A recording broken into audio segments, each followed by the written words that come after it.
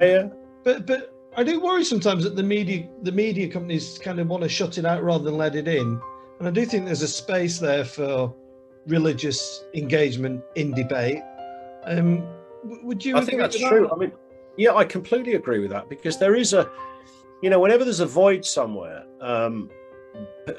ignorance can often fill a void, and that's a real problem in all sorts of areas of life. So, you have, that kind of curious way that people have very passionate, strong views about something, but actually can't necessarily qualify it, because it's a feeling, and it's a feeling because nobody has explained, a kind of counter argument or another version of things, and I do think there's but often people say when we talk about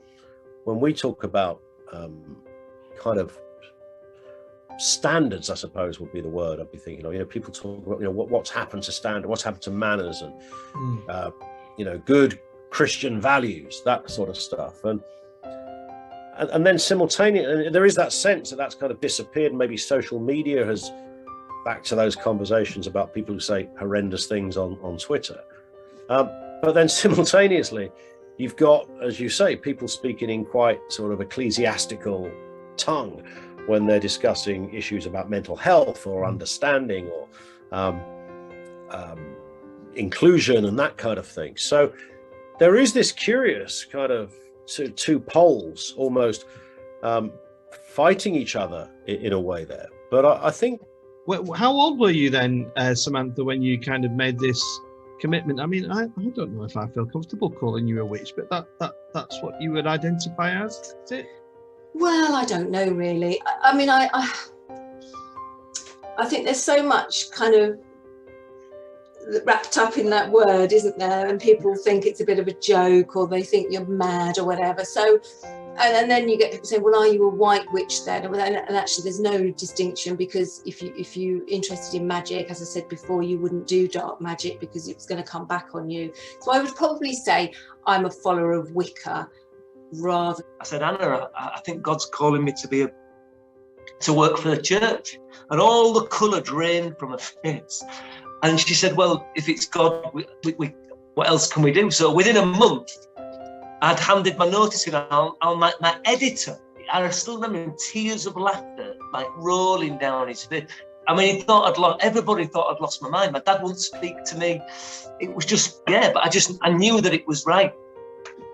Do you know, our pathways are very similar. I mean, mine was a different story, but and the interview is about you, not me. But I just think there's something important there about what you said about your wife, because a good friend of mine said to me, because they all thought I was bonkers, and within this, one of my closest mates said, you know what, the real calling is on your wife, because she's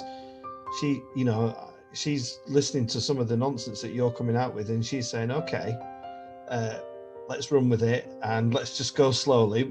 How important was your wife in that process for you?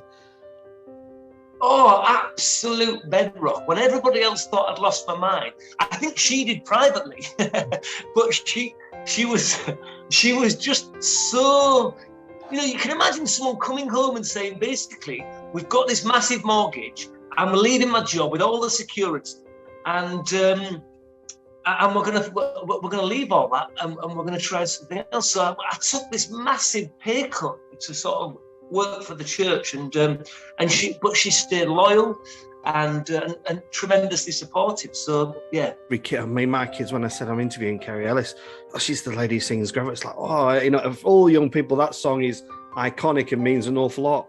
And I was trying to think, how can I ask Kerry a reasonable question that she's probably not heard before? I was wondering, Kerry, what was your Gravity song as a kid?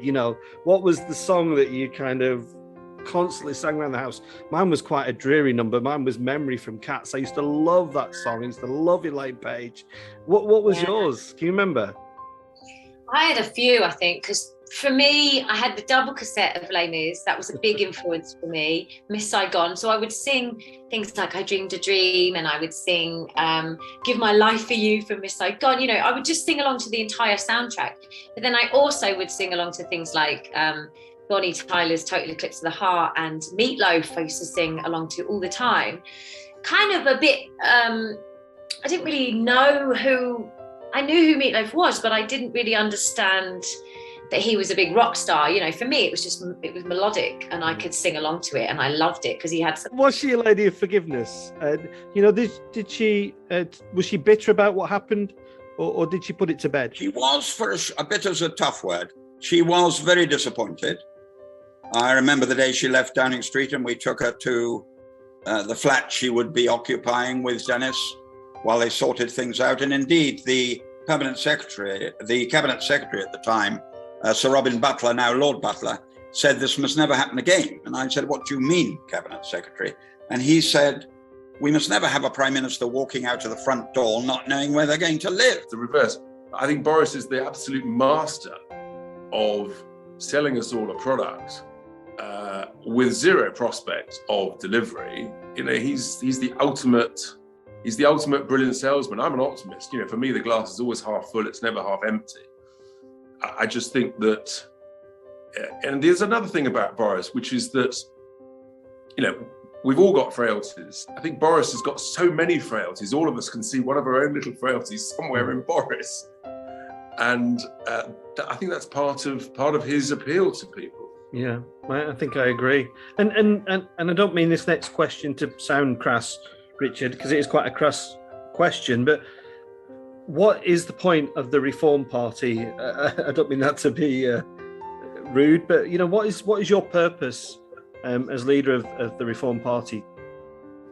So essentially, I think we're an incredible nation, an amazing nation, but I do think that we are really badly led, really badly managed, and really badly governed, both by our government in place at the moment, by the leaders of our civil service, by the leaders of other key institutions that affect our lives. I think the leadership of the police is woeful, for example. I think the leadership of the BBC is woeful, for example, and another institution. So we're a great nation. We're like a great nation of lions and lionesses being really badly led. And what Reform wants to try and do is to say, look, there's many areas of our life where we need better leadership. We've got to reform the way this great nation is run. What did you do to cope then during that time? Were you kind of contemplating getting a proper job, for want of a better word? You know, was it? Oh yeah, I mean, I signed on for about 6 months because really, I had to. You know, I tried. I went to America for a little bit and tried to do some stuff out there. That didn't work, and I really was hand to mouth, just surviving, borrowed money off my dad just to keep going. And I guess I was waiting for that lucky break. And in '94, I got it again. I got that other lucky break. And I walked into an office on the right day, on the right week. The lead singer of a band with Worlds Apart had just left after they'd done a sold out 26-date tour of Germany. And I walked into this office and this guy saw me and he recognized me as part of Brother Beyond, and he managed to get hold of my number, and he said, you were in our office yesterday. Could I ask you to come back again today? In itself, it's something that I've spoken about before. So the few days of my England boxing course, I was made to sit on a black mat in my wheelchair because they thought that I might damage the floor with my chair. And so it was quite strange in that on that course that I should have been learning, I was actually teaching coaches of 30 years plus experience in traditional boxing of this new craft. And that was when it kind of, the realization hit that there was so much work to do in this sport. You know? Yeah. And this briefly about Johnny Hates Jazz, which is, I was wondering what success was like for you. Was it something you enjoyed, or was it, did it come with its downfalls? What's your kind of reflections on the peak of Johnny Hates Jazz success when you were selling records all over the world? I see it very differently now than I did then. But and I would like to say, because I don't know if anyone is familiar with the story, which a lot of people probably are not anymore. I left at a very inopportune moment. We were number 2 in charts in the States, and I bowed out. And part of the reason was I didn't like how we were being promoted. I didn't like. I felt we were being limited by being perceived as a kind of a smash hits band in the UK. We weren't really perceived that way in the rest of the world. And we did have, as you said, Alex, we had success all around the world pretty much simultaneously. So I should have been thicker skinned, but I wasn't. And I took the criticism. You know, with different things, it seems to be settling down quite nicely, and audience figures seem to be increasing. Are you personally pleased how GB News is progressing? I'm absolutely chuffed because it's something that I am its audience, so I can totally relate. I've been looking for something like this for a long time. The BBC and mainstream media in general has gone entirely woke. It's not left-wing in particular, but it's certainly not right-wing. It's got its own metropolitan liberal elite stance that looks down its nose at people like me and sneers at us. It doesn't talk to us or with us.